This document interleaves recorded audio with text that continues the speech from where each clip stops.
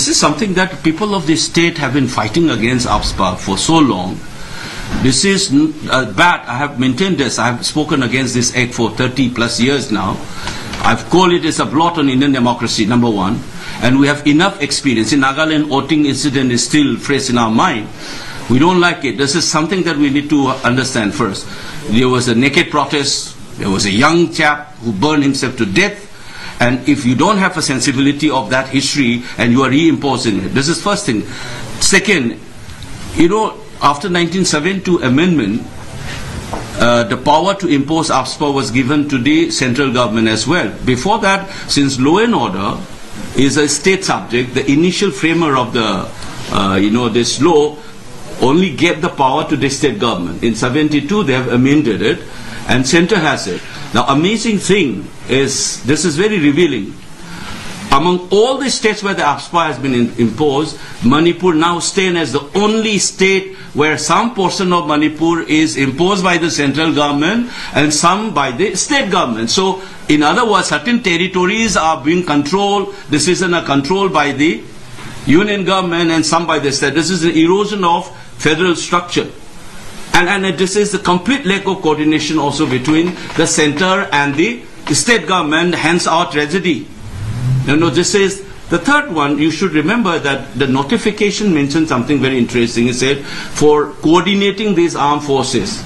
Remember that unified headquarters, which people call it unified command, its official name is unified headquarters. The mandate of the unified headquarters is for effective and efficient coordination among different security forces to deal with, number one, law and order, number two, with the security. It is already there. Churachampur, More and many of the foothills were under AFSPA, despite that they have not been able to coordinate properly and stop the violence. What makes them think that in these few 6 they will be able to coordinate it? It is only a camouflage of some, I suspect, ulterior motive behind it. I would even dare to say that this is their anticipation of a possible retaliations and they are trying to control it. This gives a bad impression as if the Indian armed forces are being partitioned in the entire affair. This is a revelation of that.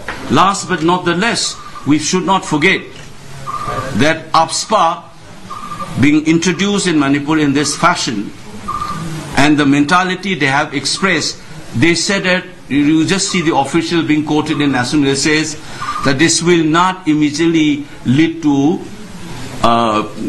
military operation. An official was quoted in the national media, but it will scare people from moving around with arms. But have they been able to do it in the hill areas, in many of these places? So this is only an ad hoc case, lack of political will. It is a reflection of this thinking behind the government of India vis-a-vis with the crisis that we have. The insincerity and the dubious character that the government in India has shown vis-a-vis with the crisis in this state.